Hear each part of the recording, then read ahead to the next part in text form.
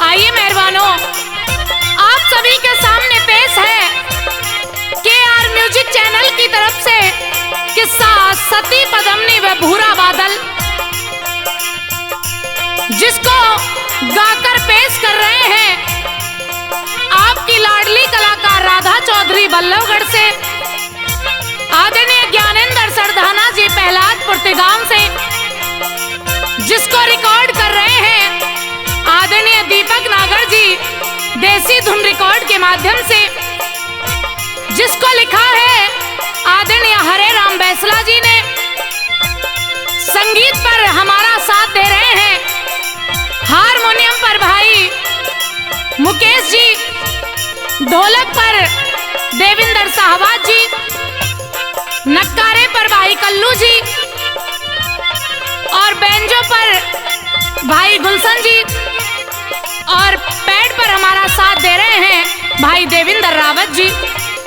आइए सुनेगा, हमारे देश में बड़े बड़े ऐसे गद्दार हुए जिन्होंने इस भारत में फूट डालने का काम किया, हमारे देश को गुलाम बनाने का काम किया।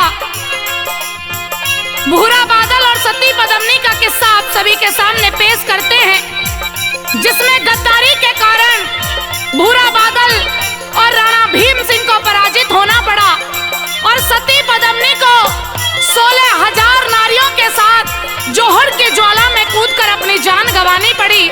आइए सुनेगा आप सभी के सामने किस्सा भूरा बादल सती पद्मिनी, जरा सुनिएगा।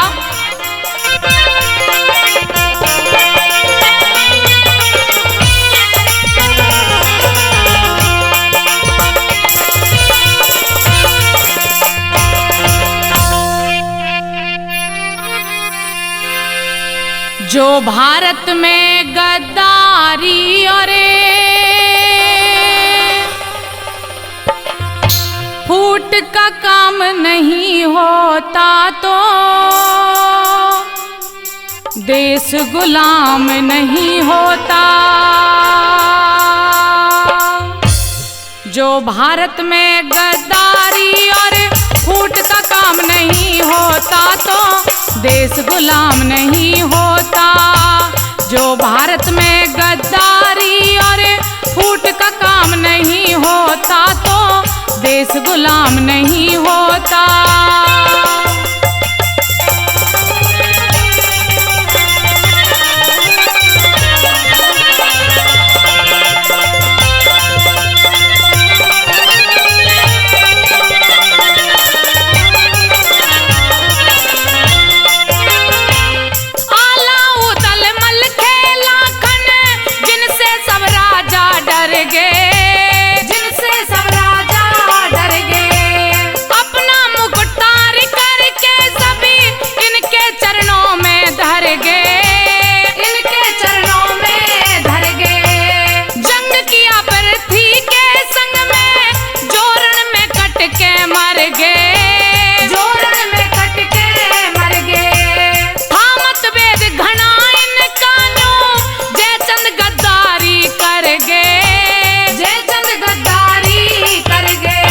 मोहम्मद गोरी बुला लिया, होता अंजाम नहीं होता तो देश गुलाम नहीं होता। जो भारत में गद्दारी और फूट का काम नहीं होता तो देश गुलाम नहीं होता।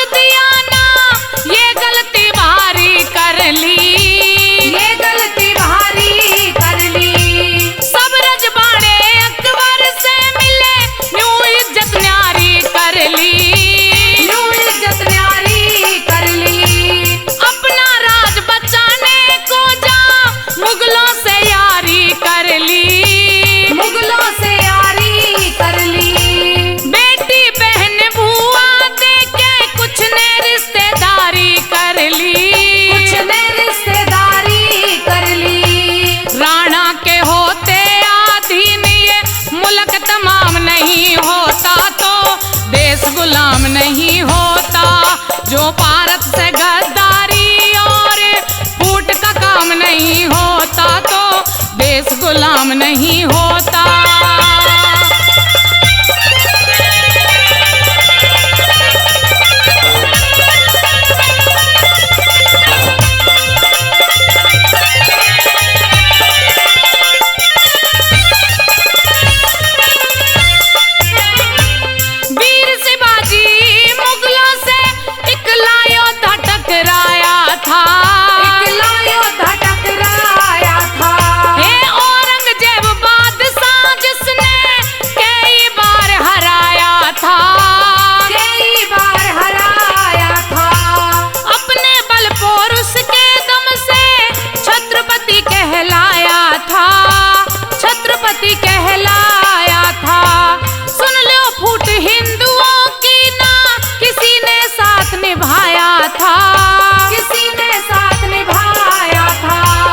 अगर साथ दे देते हमारा कत्ले आम नहीं होता तो देश गुलाम नहीं होता। जो भारत में गद्दारी और फूट का काम नहीं होता तो देश गुलाम नहीं होता।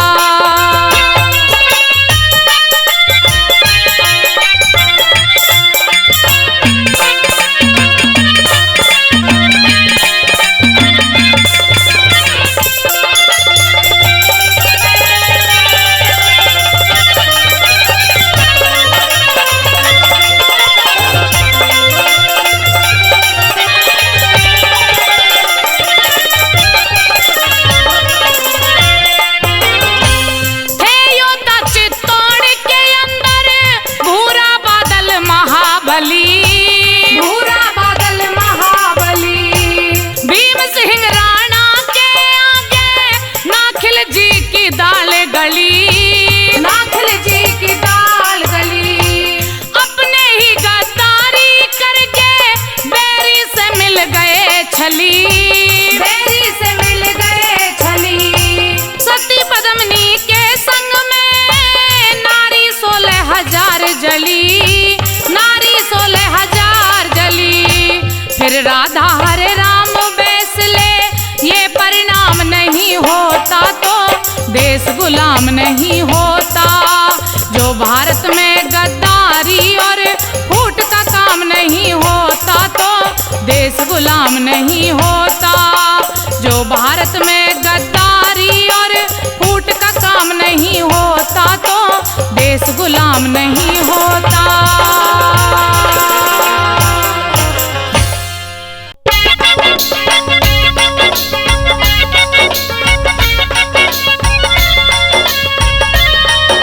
आइए मेहरबानों, चित्तौड़ पर राजा भीम सिंह उर्फ रतन सिंह राज करते थे।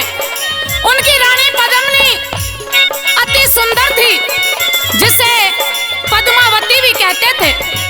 राजा के दरबार में एक राघव चेतन नाम का संगीतकार था। किसी वजह से राजा उसे दरबार से निकाल देते हैं। तब वह बदला लेने की भावना से दिल्ली के बादशाह अलाउद्दीन खिलजी से रानी पद्मिनी की सुंदरता के बारे में बताता है। किस प्रकार से वर्णन करता है, आइए इस रागनी को लेकर के आ रही है आपकी लाडली कलाकार राधा चौधरी बल्लभगढ़ से। जरा सुनिएगा क्या लिखा।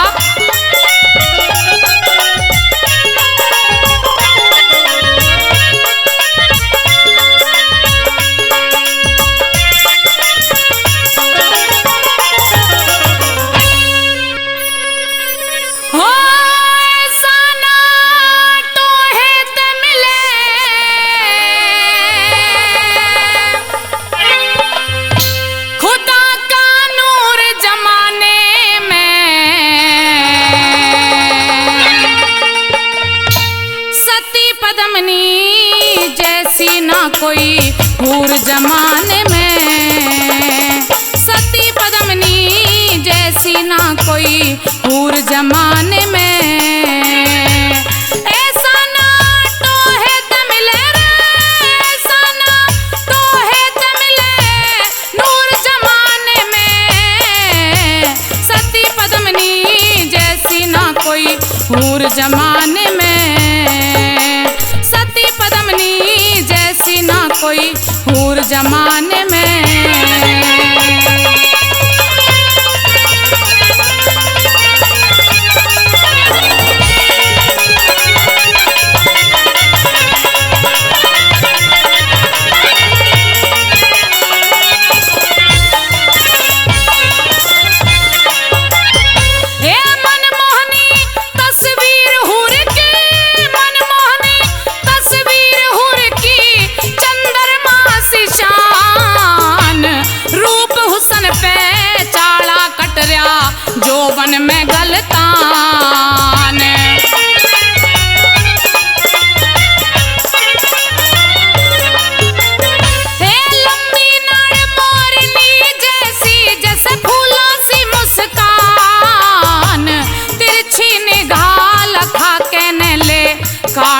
भरत की जान।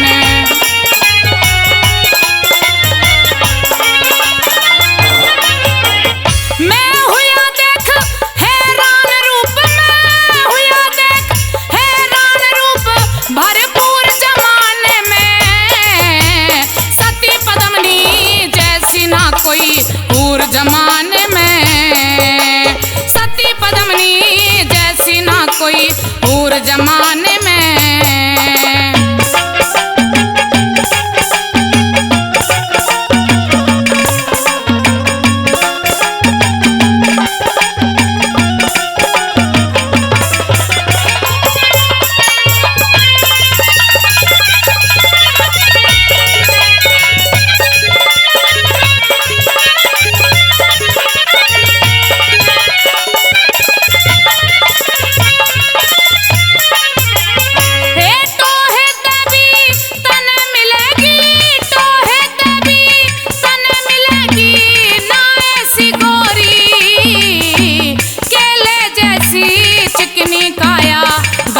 जैसी पोरी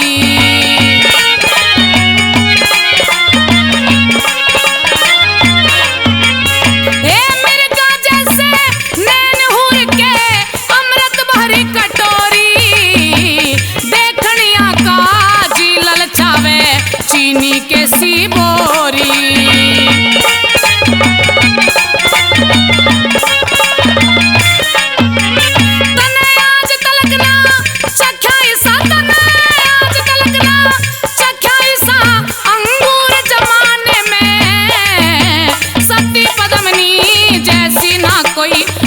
जमाने में सती पद्मिनी जैसी ना कोई और जमाने में।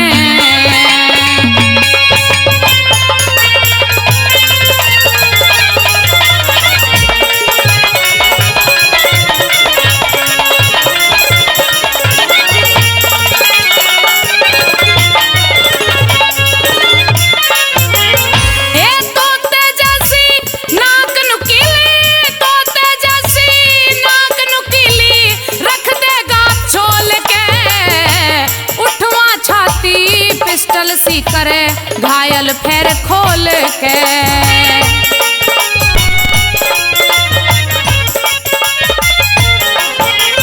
एक काया में सीलक कर दे कोयल की तरह बोल के, वहाँ मिस्री से भी कम को ना चाहे पीले घोल घोल के।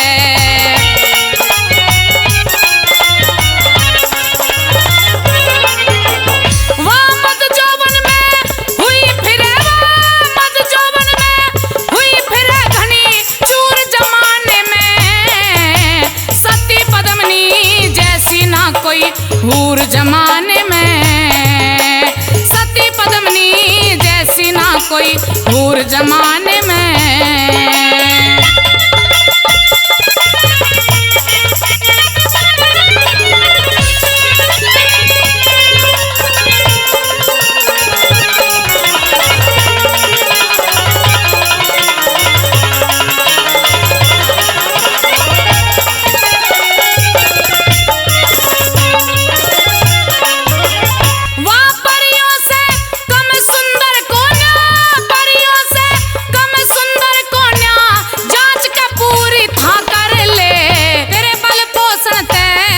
जागी तू राजी हो के हाँ कर ले,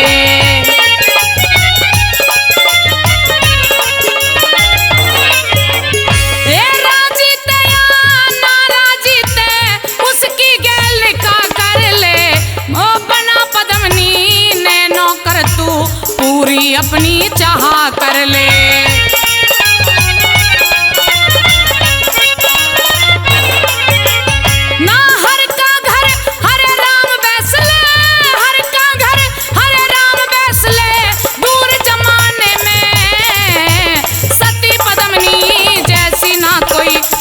जमाने में सती पद्मिनी जैसी ना कोई हूर जमाने में। ऐसा ना तो है तमिले रे, ऐसा ना तो है तमिले नूर जमाने में, सती पद्मिनी जैसी ना कोई कोई हूर जमाने में, सती पद्मिनी जैसी ना कोई हूर जमाने में।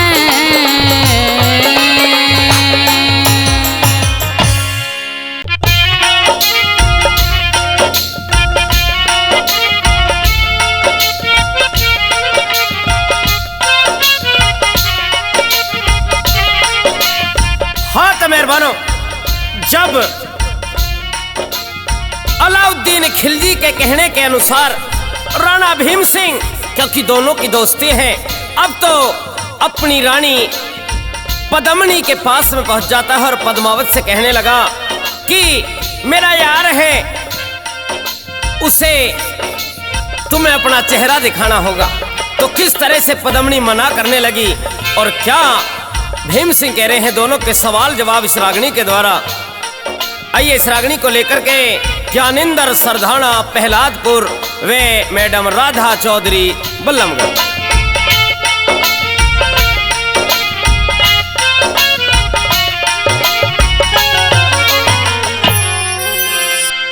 मैं क्यों कर घूंघट खोल दिखा दूं मुखड़ा तेरे यार ने, और बात मान जा प्यारी वादा किया तेरे भरतार ने, मेरी बात मान जा हो, बात मान जा।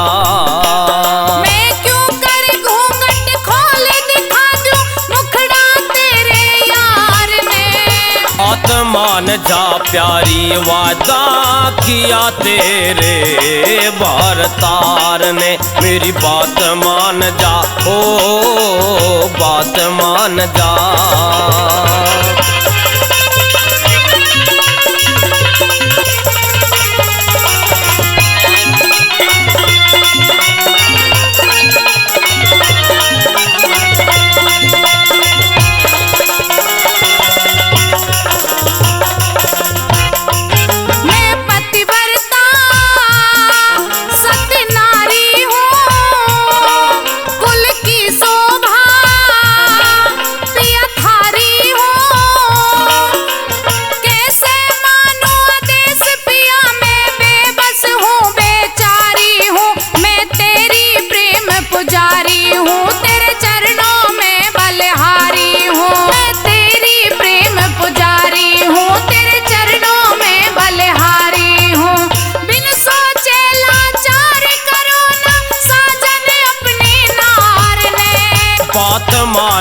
प्यारी वादा किया तेरे भरतार ने, मेरी बात मान जा हो, बात मान जा।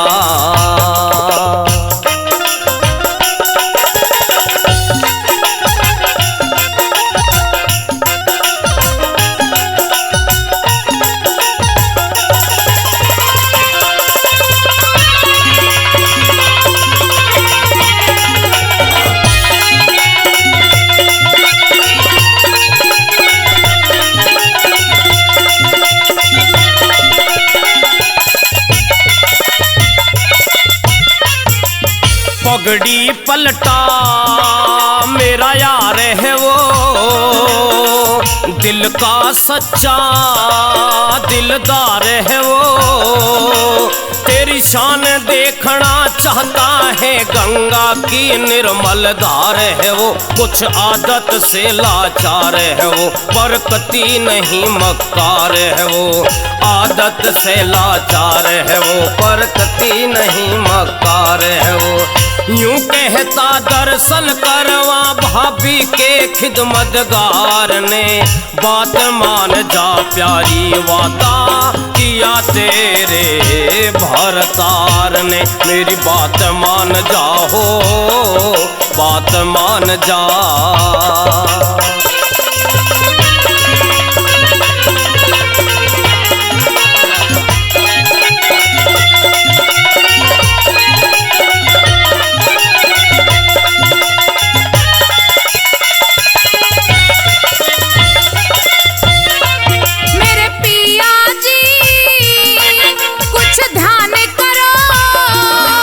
मत इज्जत की धनी हानि करो,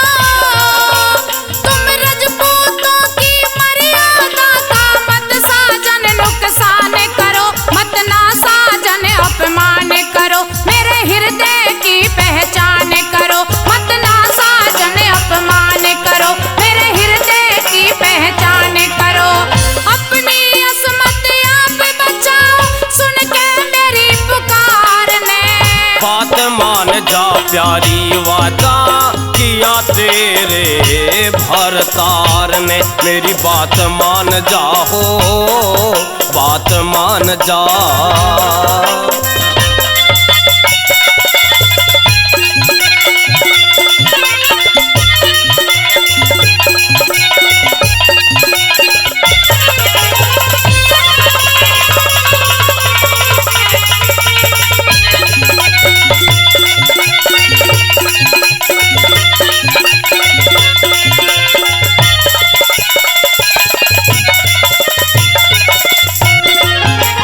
कैसे करूं मन समझा दे, मारे टूटे ना प्यारी का दे।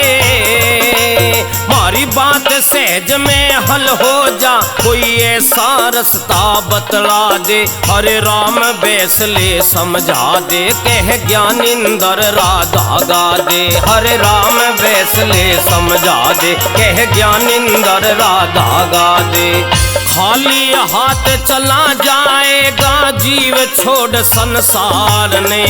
बात मान जा प्यारी वादा या तेरे भरतार ने। मेरी बात मान जा हो, बात मान जा।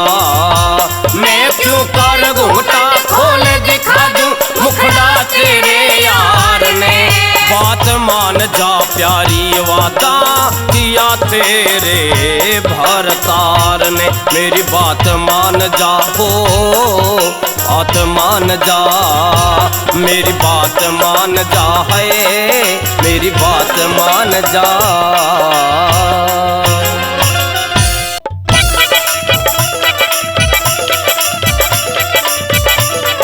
आइए मेहरबानों कि जब वो खिलजी सती पद्मिनी को देखने की जिद करता है तो एक बहुत बड़ा सा शीशा वहां पे रखवा दिया जाता है। उसमें पद्मिनी की शान दिखा दी जाती है। खिलजी को विदा करते वक्त भीम सिंह नगर से काफी दूर आ जाता है, जहां खिलजी उसे कैद कर लेता है और सती पद्मिनी को संदेशा भिजवा दिया जाता है कि अगर वो सती पद्मिनी अपने पति को बचाना चाहती है तो मुझसे निकाह करना होगा। रानी पद्मिनी घबरा जाती है और किस प्रकार से क्या सोचती है जरा सुनिएगा। बाकी हवाला रागनी के माध्यम से क्या लिखा।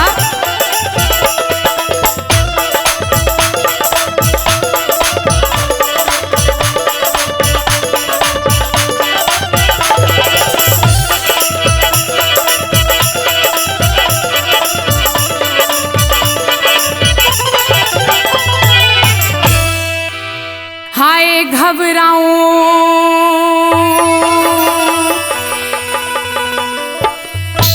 हाय घबराऊं कैसे लाज बचाऊं, अब किसको बुलाऊं आजा। विपता के खेल में, विपता के खेल में खिलजी ने यारी करके मक्कारी मेरे पिया डाल जेल में। हाय घबराऊं कैसे लाज बचाऊं, अब किसको बुलाऊं आजा। विपता के खेल में, विपता के खेल में।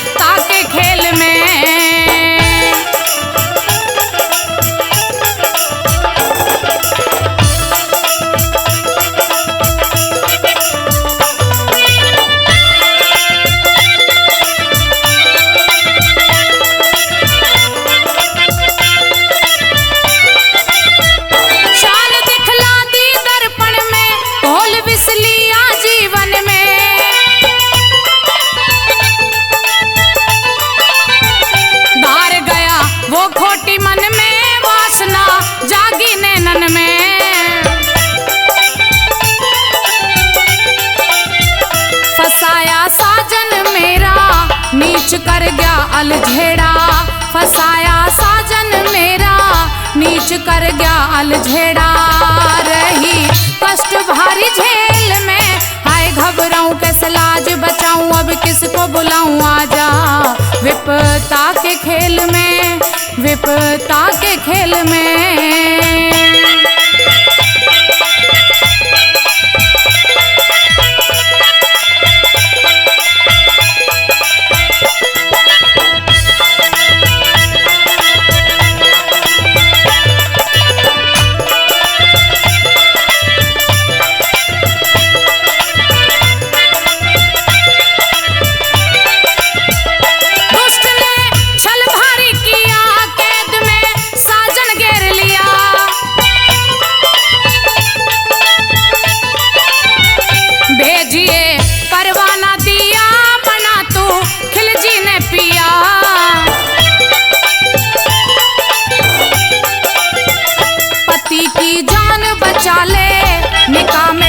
करवा ले पति की जान बचा ले, निकाह मेरे संग करवा ले।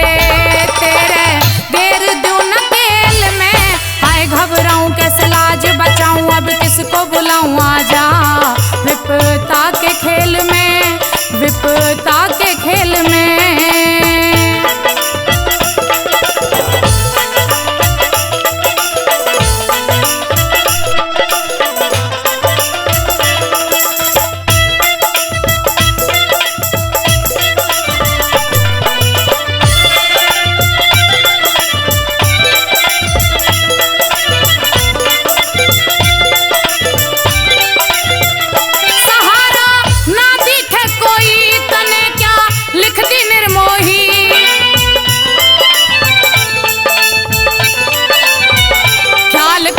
दुखियारी रोई आज किस्मत बढ़ के सोई,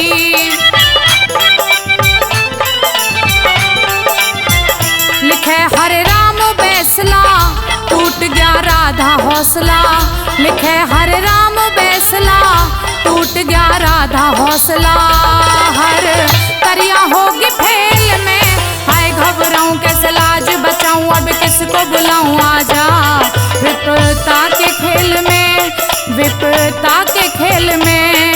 खिल जीने यारी करके मक्कारी, खिल जीने यारी करके मक्कारी, मेरे पिया डाल जेल में, हाय घबराऊं कैसे लाज बचाऊं, अब किसको बुलाऊं आजा विपता के खेल में, विपता के खेल में, विपता के खेल में, विपता के खेल में।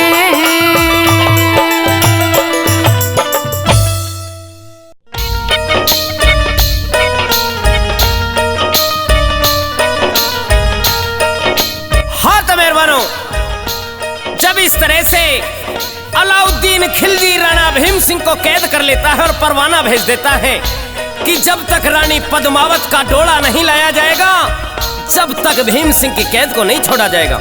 अब तो परवाने को पड़ती है, आंखों में आंसू आ जाते हैं। सोचने लगी करूं तो क्या करूं। अब तो मदद लेने के लिए पहुंच जाते हैं चंदेरी में, जहां पर भीम सिंह के भांजे बादल हैं। बादल से मदद के लिए पहुंचती है और जाकर के देखती है कि बादल के सर पे मोड़ रखा हुआ है, औरतें गीत गा रही हैं, गुड़चड़ी हो रही है। बातें करूं तो कैसे करूं। प्रेमी साथियों, कैसे बादल को बताने लगी कि मैं तेरी मामी चित्तौड़गढ़ से आई हूँ, तेरे मामा को कैद कर लिया है, इस मोड़ को उतार दे। किस तरह से दोनों मामी और भांजे के सवाल जवाब हो रहे हैं। आइए इस रागिनी को लेकर के ज्ञानेंद्र सरधाना प्रहलादपुर फरीदाबाद, वे मैडम राधा चौधरी बल्लमगढ़, और इसे लिखा है परम आदरणीय हरे राम बैसला जी ने। किस तरह से क्या लिखा भला।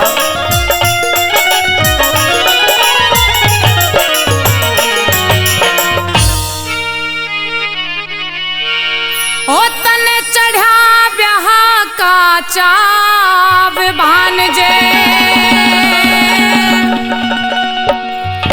लाज शर्म का ख्याल नहीं,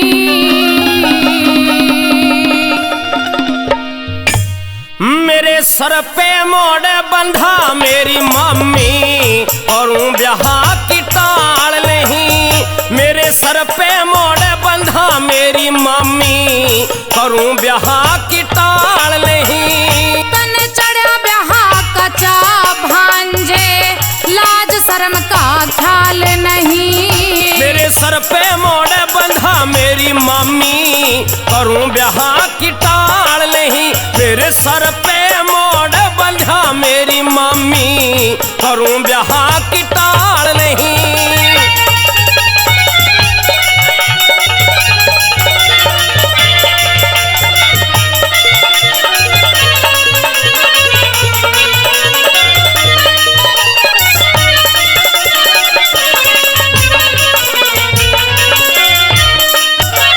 फिर दिल्ली के शासक खिलजी ने तेरा मामा कैद किया। मैं के इसमें कर सकता हूँ, लरज रहा से मेरा हिया। के इसमें कर सकता हूँ, लरज रहा से मेरा हिया। ए जाके उसने छुड़वा ले तू, पड़ा कैद में मेरा पिया। खुद ही मम्मी काट लिए जो बीज अपने बो दिया। खुद ही मम्मी काट लिए जो बीज अपने बो दिया।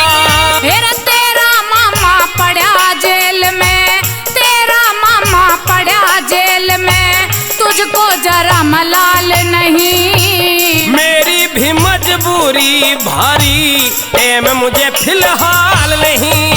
मेरी भी मजबूरी भारी, एम मुझे फिलहाल नहीं।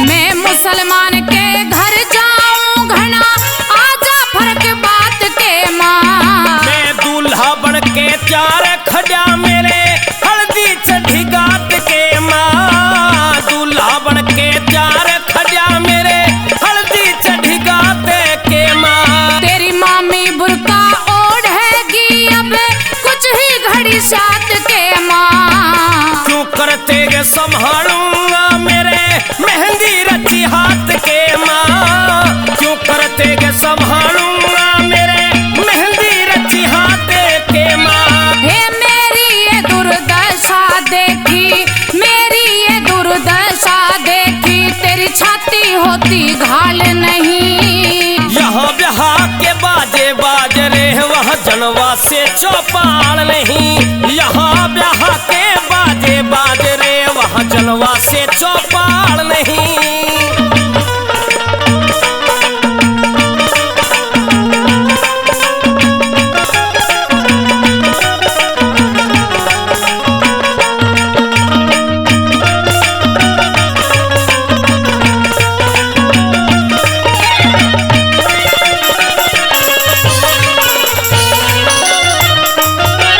तू मोड़ तार तलवार उठा ले, अड़ जा दुश्मन के सामी। शादी ब्याह रोज ना होते, ये तो सोच मेरी मम्मी। शादी ब्याह रोज ना होते, ये तो सोच मेरी मम्मी। मैं बुरका ओढ़ बनूं बेगम, ये रजपूतों की बदनामी। मैं शादी से पहले लड़ने की मैं बिल्कुल भरता हामी।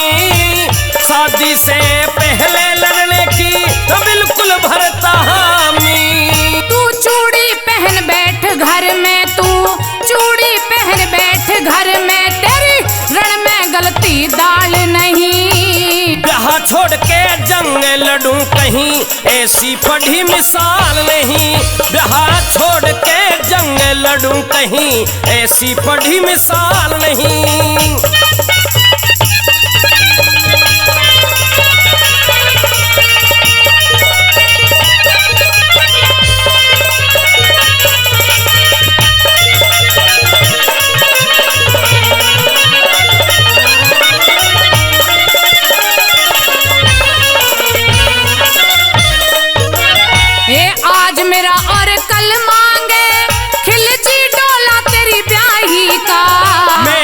उसका शीश काट लूंगा, दूं खोज मिटा न्याय का। उसका शीश काट लूंगा, दूं खोज मिटा न्याय का। ना मेरी इज्जत बचा सका के कर ले भला लुगाई का। मन मोड़ बांध दिया खुट्टी ते, अब टूटा बांध समाई का। मोड़ बांध दिया खुट्टी ते, अब टूटा बांध समाई का। अब जल्दी कर हरे राम बैस ले, जल्दी कर हरे राम बैस ले, डटती दिल की झाल नहीं। मेरे होते डोला ले जा, उसकी कति मजाल नहीं। और मेरे होते डोला ले जा, उसकी कति मजाल नहीं। तन चढ़ा ब्याह का चा भानजे, लाज शर्म का ख्याल नहीं। सर पे मोड़ बंझा मेरी मामी, करूं ब्याह की टाल नहीं। मेरे सर पे मोड़ बंझा मेरी मामी, करूं ब्याह की टाल नहीं।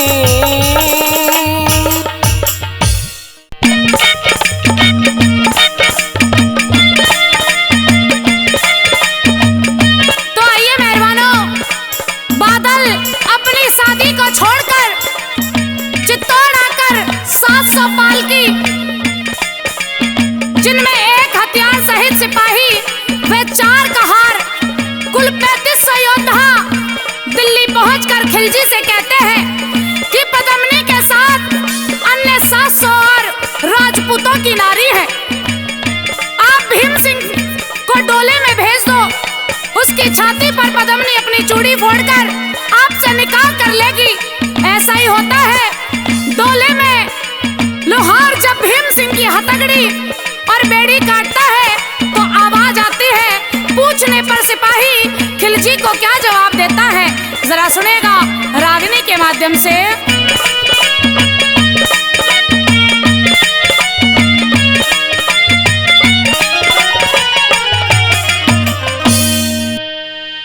ये चूड़ा हाथी दांत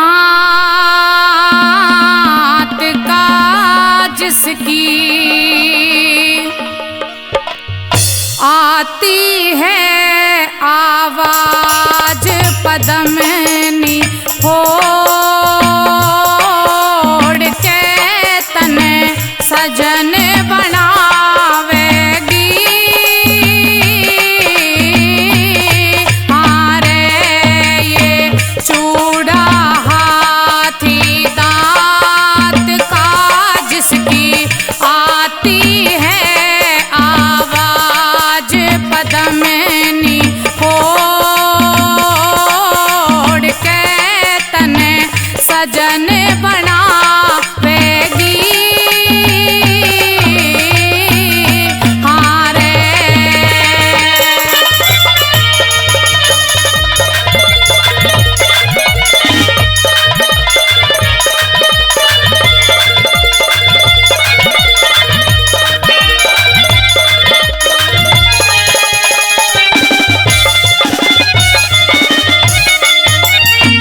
खिलजी बोले हूर पद्मिनी अब क्यों देर लगाती है।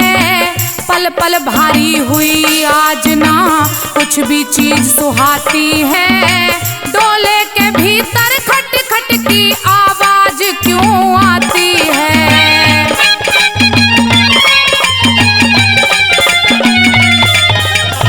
चाव चढ़ा मुलाकात का, मन मगन हुआ से आज पकड़ लूं दौड़ के, कब आगे आवेगी।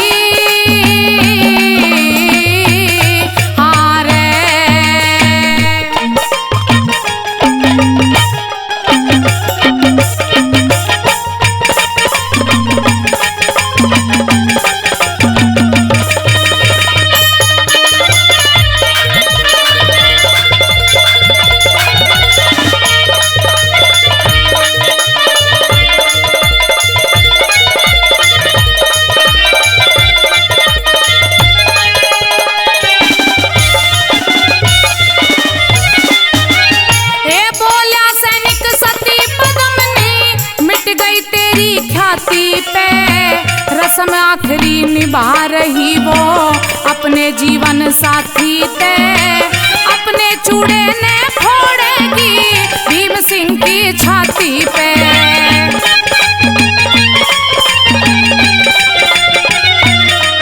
ये भारी चूड़ा हाथ का इतना मुझको है अंदाज कसम ने छोड़ के तेरा साथ निभावेगी। हाँ रे।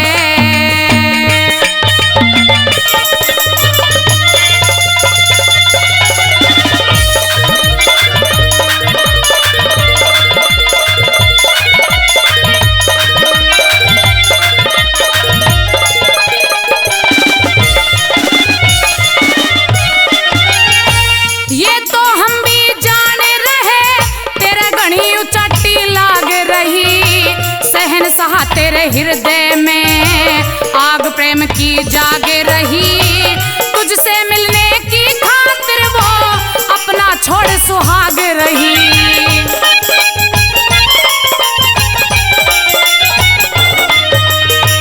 है कुछ गम उसे बात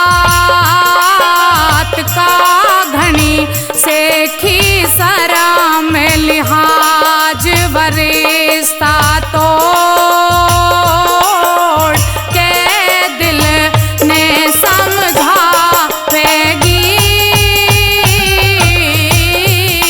हाँ रे।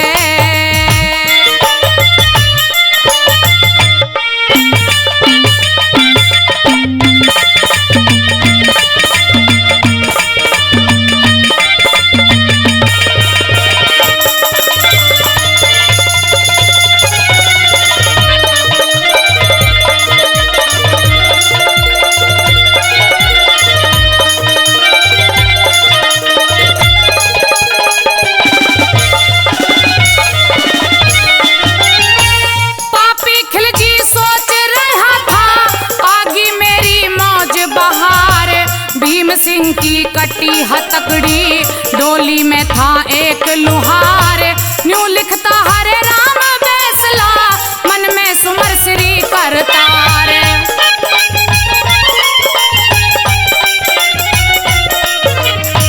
कुसक बड़ोली बैसलात का है जो सीले अल्फाज छंद ने जोड़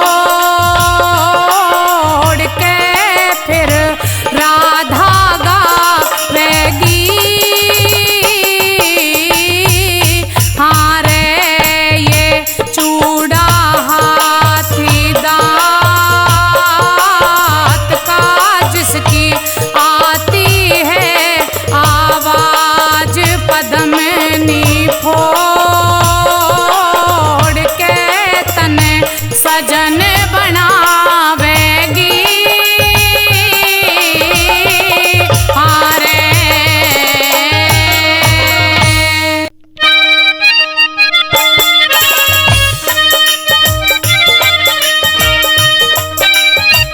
आइए प्रेमी श्रोताओ,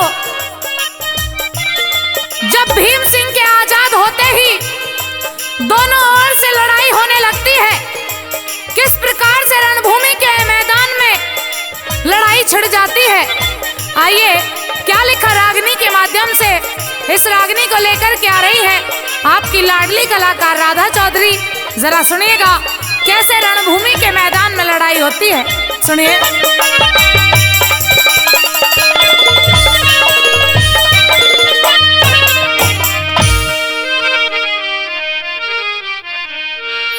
अरे भूरे बादल और राणा की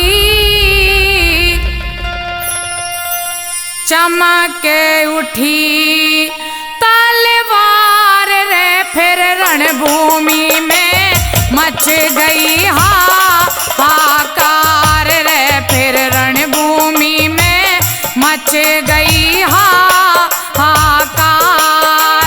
भूरे बादल और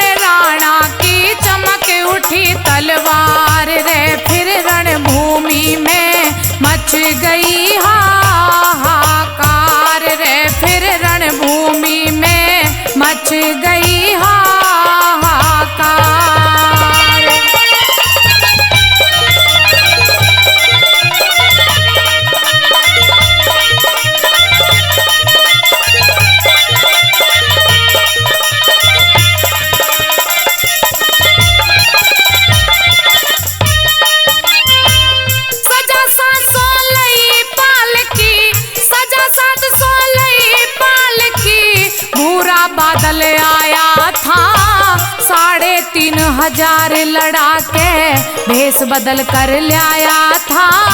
4-4 ठाके चाले और एक कर बैठाया था।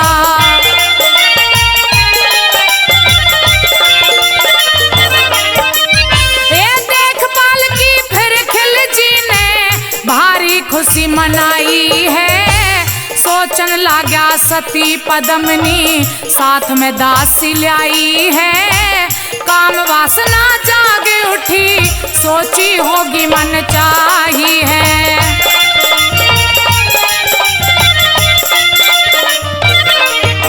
न्यू सोचे था हूर के संग में लूटूं मौज बहार रे, फिर रणभूमि में मच गई हाहाकार रे, फिर रणभूमि में मच गई हाहाकार।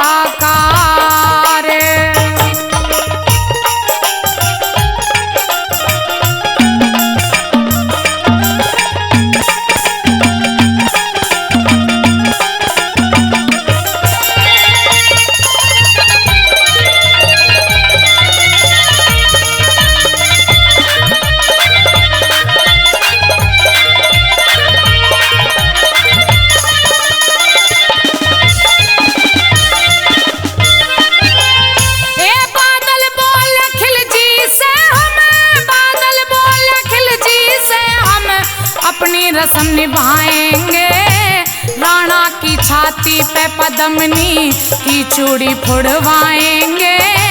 भीम सिंह ते तोड़ के रिश्ता तेरा निकाह पढ़ाएंगे।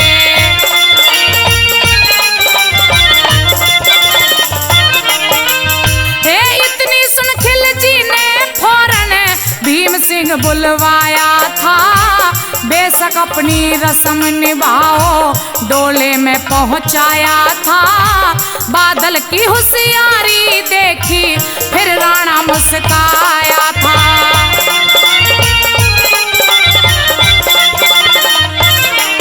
फिर बेड़ी और हथकड़ी काटी बैठे त्यार लोहार रे, फिर रणभूमि में मच गई हाहाकार रे, फिर रणभूमि में मच गई हाहाकार।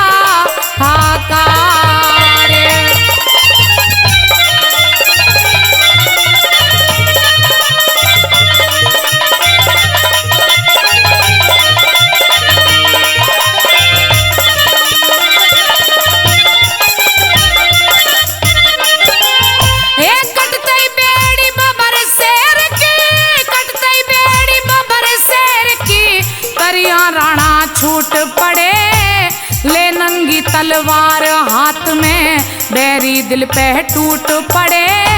दिन की रात बनाई थी तूफान भयंकर उठ पड़े।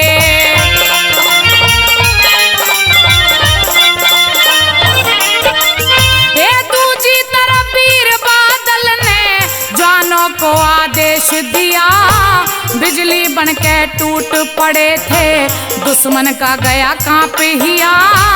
गिन गिन के बदला लेना है धोखा हमारे साथ किया।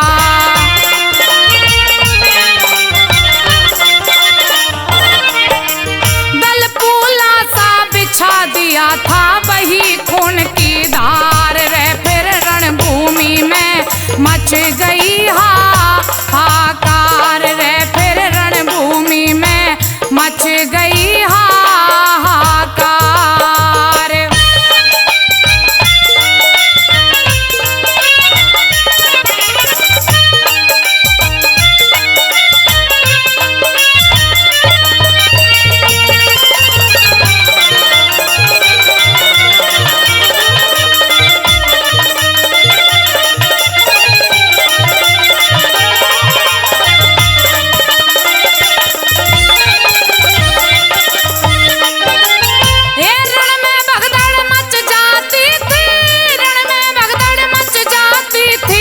जिधर बलि बढ़ जावे था खिलजी सेना को बादल, महाकाल नजर सा आवे था।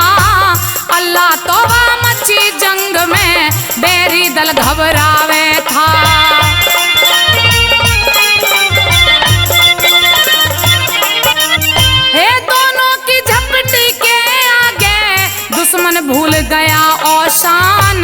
कुछ भी पार बसाई को ना, खिलजी भगा बचा के जान। इस तरिया भूरा बादल ने रण का जीत लिया मैदान।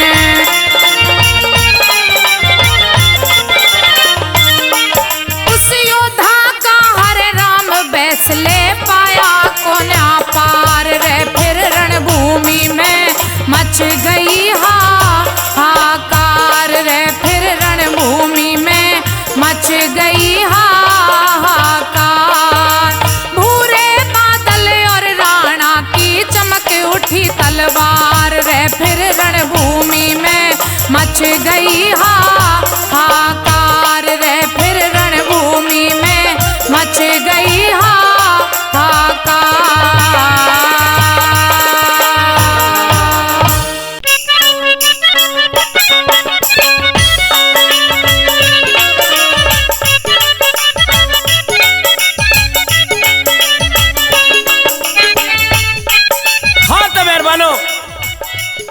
जब इस तरह से भूरा बादल और भीम सिंह अलाउद्दीन खिलजी से युद्ध करते हैं और जीत जाते हैं पहल के दिन।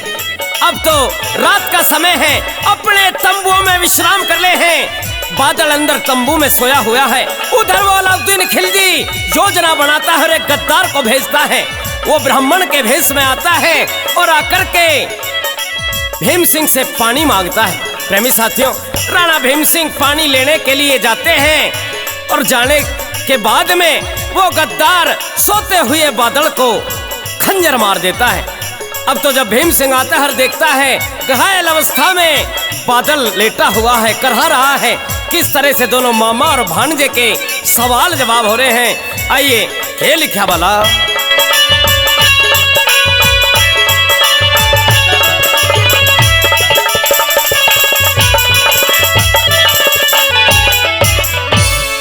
अरे के मिल गया तने मामा जी मेरा, उजड़ करके डेरा। और बबर शेर मेरे मत ना तड़पे, फटे काल जा मेरा।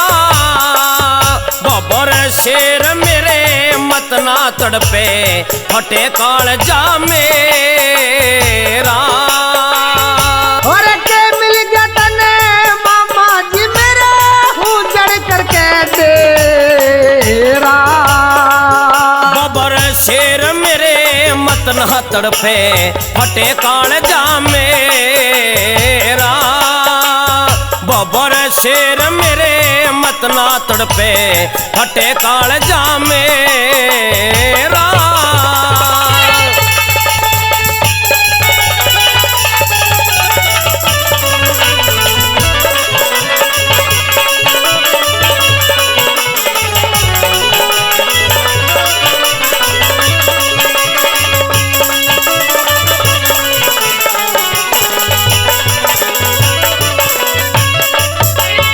अरे अपनी शादी छोड़ के मेरे, अपनी शादी छोड़ के मैं तेरी कैद छुड़ावन आया। और जिंदगी भर ना भूलिया जा, मेरे सर एहसान चढ़ाया। जिंदगी भर ना भूलिया जा, मेरे सर एहसान चढ़ाया। अरे मेरे एहसान का बदला मामा तने अच्छी डाल चुकाया। गलत लाडले मत समझे, मने भारी धोखा खाया। गलत लाडले मत समझे, मने भारी धोखा खाया। तने धोखा कर मरवा दिया रे, धोखा कर मरवा दिया तू, केला कैसे मेरा। मेरी बहन का जाया से मेरे घर में हुआ अंधेरा। बबर शेर मेरे मत ना तड़पे, फटे काल जा मेरा।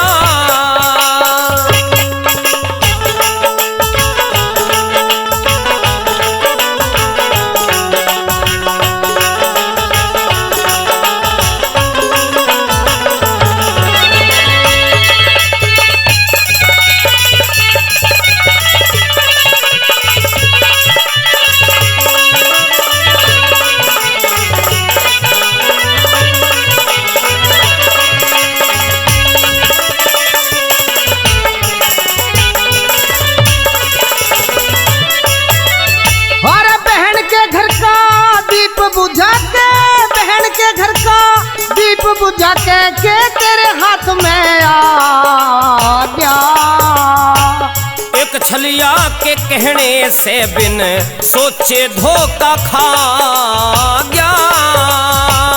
एक छलिया के कहने से बिन सोचे धोखा खा गया।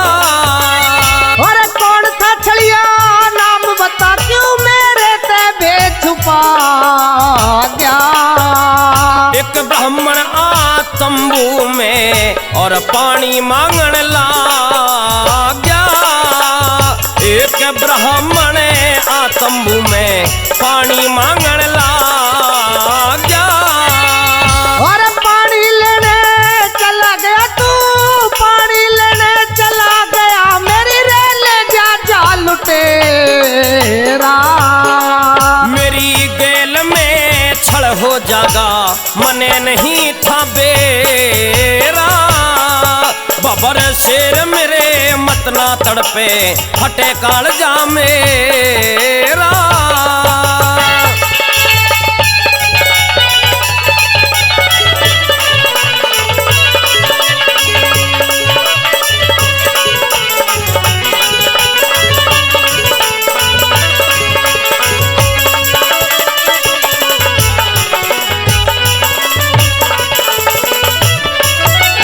और मेरी जंग अधूरी छूटी रे, मेरी जंग अधूरी छूट गई, सब धरा झमेला रह गया। मैं कैसे रण न जीतूंगा तेरे बिना अकेला रह गया।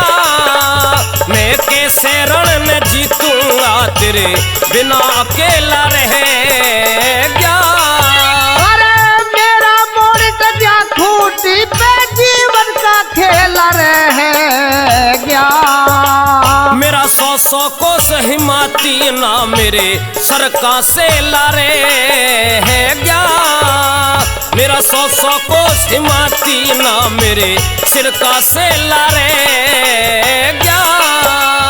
मैं मजा चखा देता दुश्मन को, मजा चखा देता दुश्मन को रे छोड़ चला झेड़ा।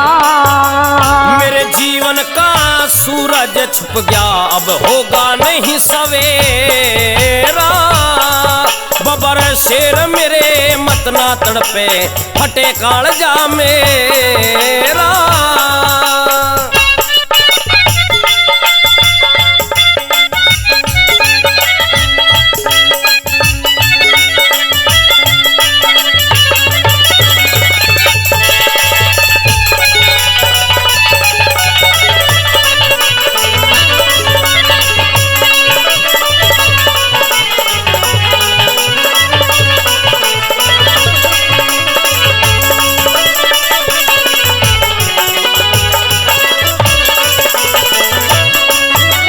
और मेरा आखिरी परिणाम लिए रे, आखिरी परिणाम लिए मेरी डोर लग गई हार के। मेरे जिगर के टुकड़े मत ना जावे मुझको बेबस कर के। मेरे जिगर के टुकड़े मत ना जावे मुझको बेबस कर के। तेरा बादल तुझको फिर मिले ना मिले कौड़ भर के। मेरे चंदा मत ना छुपे ओट में दोष मेरे पे धर के। मेरे चंदा मत ना छुपे ओट में दोष मेरे पे धर के। कभी ना कटता हरे राम बैसले, ना कटता हरे राम बैसले केड़ाई का फेरा। ये दुनिया आनी जानी है दो दिन का रैन बसेरा। ये दुनिया आनी जानी है दो दिन का रैन बसेरा। और के मिल गया तन मामा जी मेरा उजड़ करके डेरा।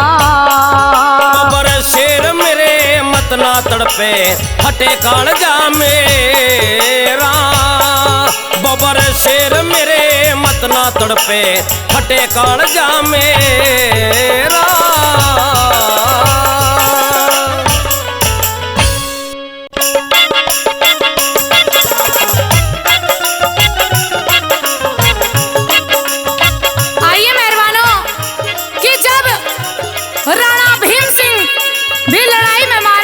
हैं। हार की खबर सुनकर रानी पद्मावत जौहर का फैसला ले लेती है और किस प्रकार से खिलजी के लिए एक पत्र लिखती है और इस पत्र के अंदर क्या कुछ लिखती है जरा सुनिएगा रागनी के माध्यम से। क्या लिखा?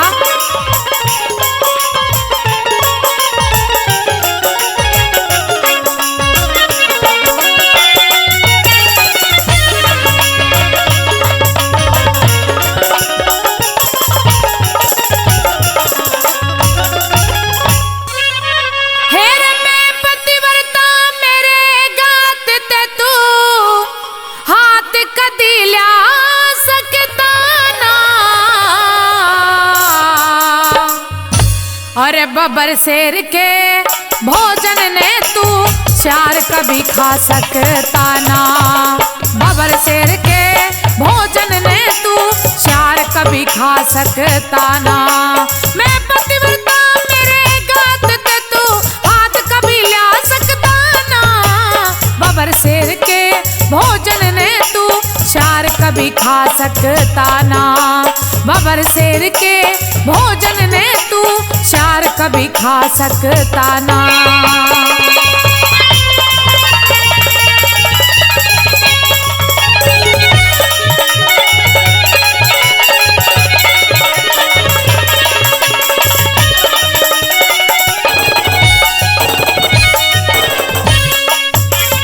तू नीच अधर्मी ओछे कुल का मैं असली छतरानी हूँ।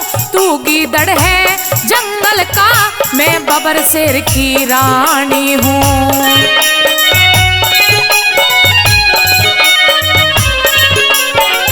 तू गंदे नाले का कीचड़ में गंगा अमृत पानी हूँ। तू दो जग की गंदी मिट्टी में तो वेदों की वाणी हूँ।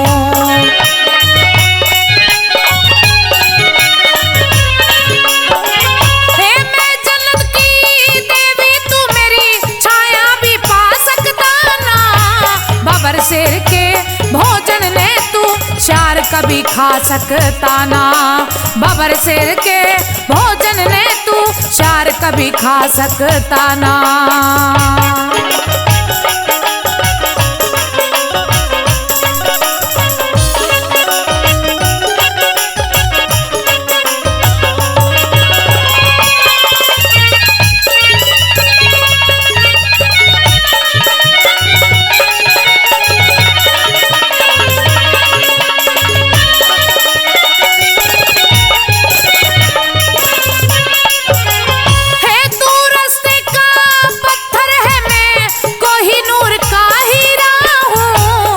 रद्दी का मलवा है मैं गुण का भरा जखीरा हूँ।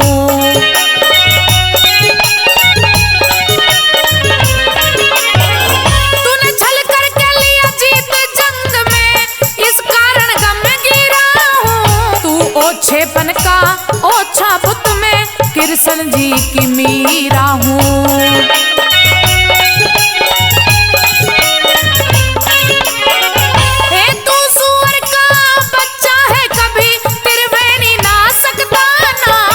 बबर शेर के भोजन ने तू चार कभी खा सकता ना।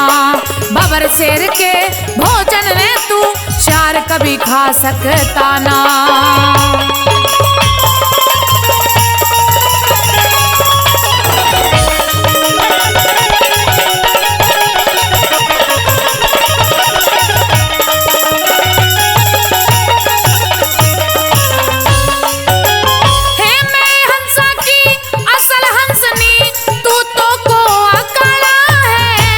असली मोती चुगती हूँ तू बिस्टा खाने वाला है।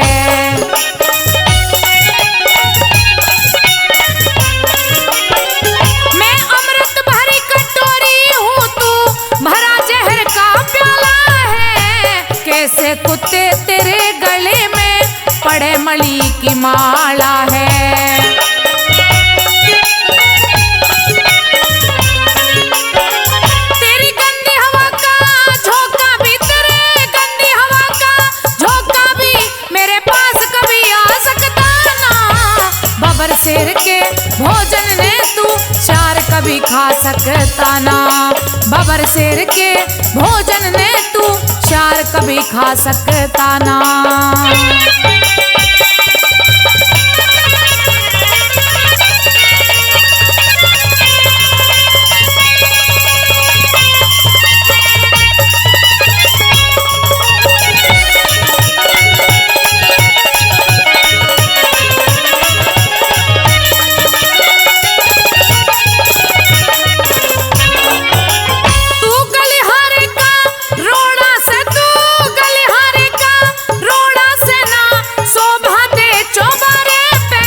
कभी खरकोडी का हाड पुजे ना ठाकुर जी के द्वारे पे।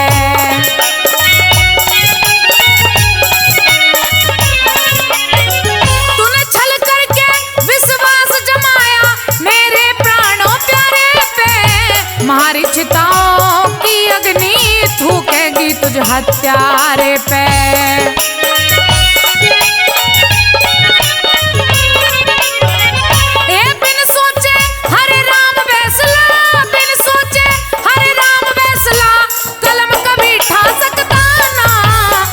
शेर के भोजन ने तू चार कभी खा सकता ना।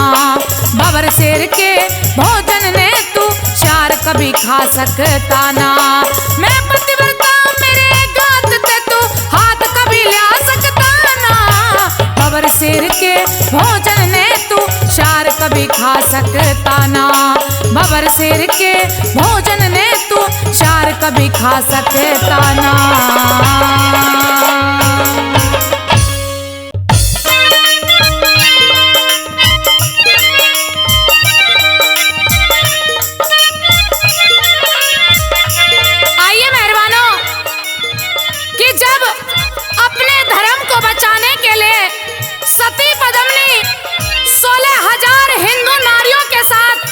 धधकती आग में कूद पड़ती है। आइए किस प्रकार से बाकी हवाला रागनी के माध्यम से क्या लिख दिया जरा सुनिएगा।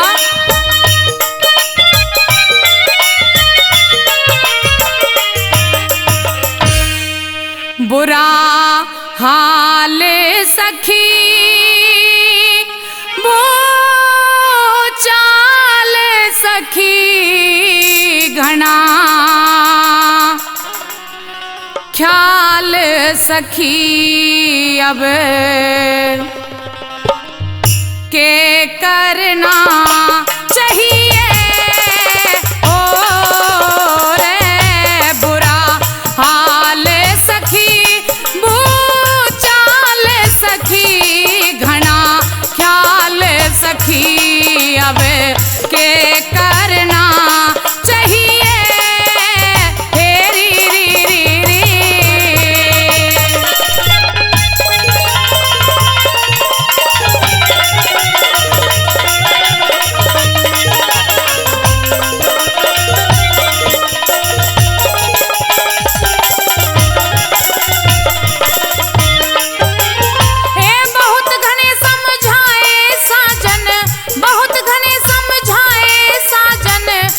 समझ में आई री उस पापी खिलजी को मेरी शीशे में शान दिखाई री। यारी में खुआरी कर दी बन गया बेरी अन्यायी री।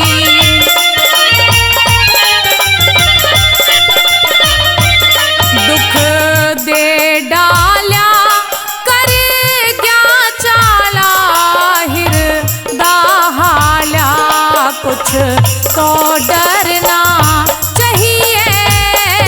री री री री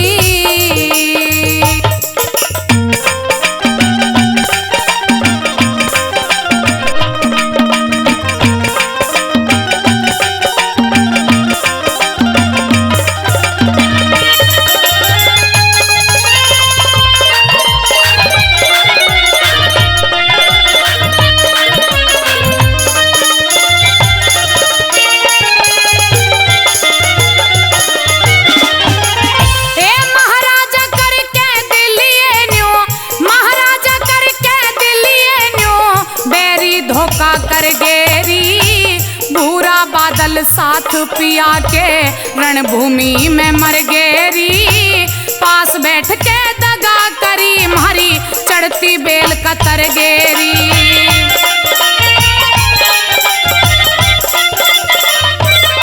मैं डकराती फटती छाती ना कोई साथी किस की सरना चाहिए तेरी री री री।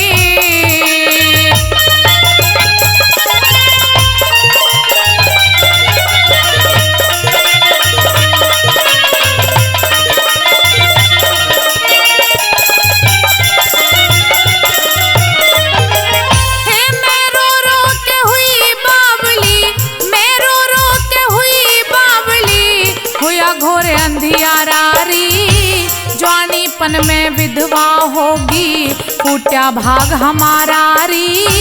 कैसे करूँ कहाँ मैं जाऊँ ना कोई और सहारा री।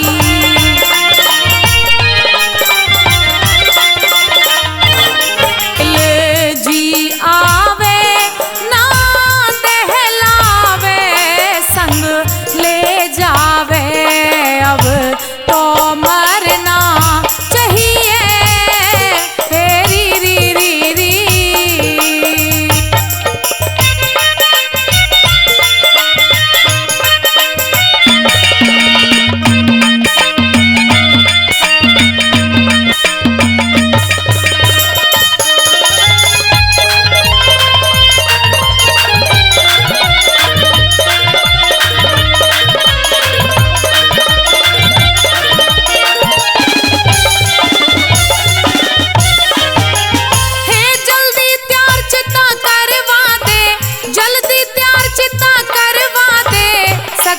तेरी रोली में जिंदी जलकर मर जाऊं खेलूंगी आग की होली में। लिख देगा हर राम बैसला जो हर कथा बडोली में।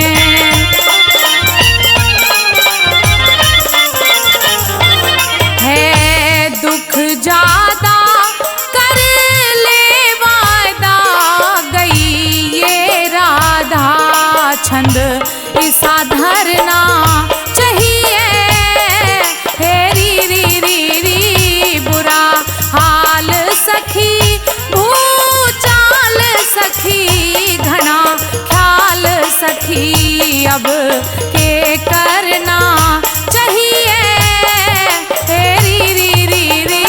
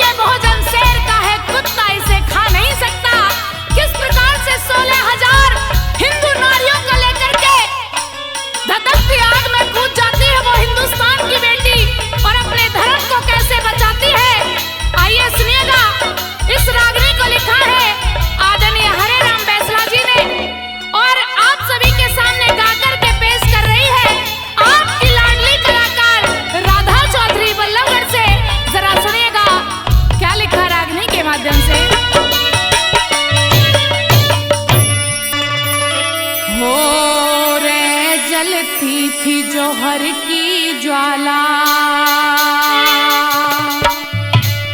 सतियों का अंदाज निराला लगा दी।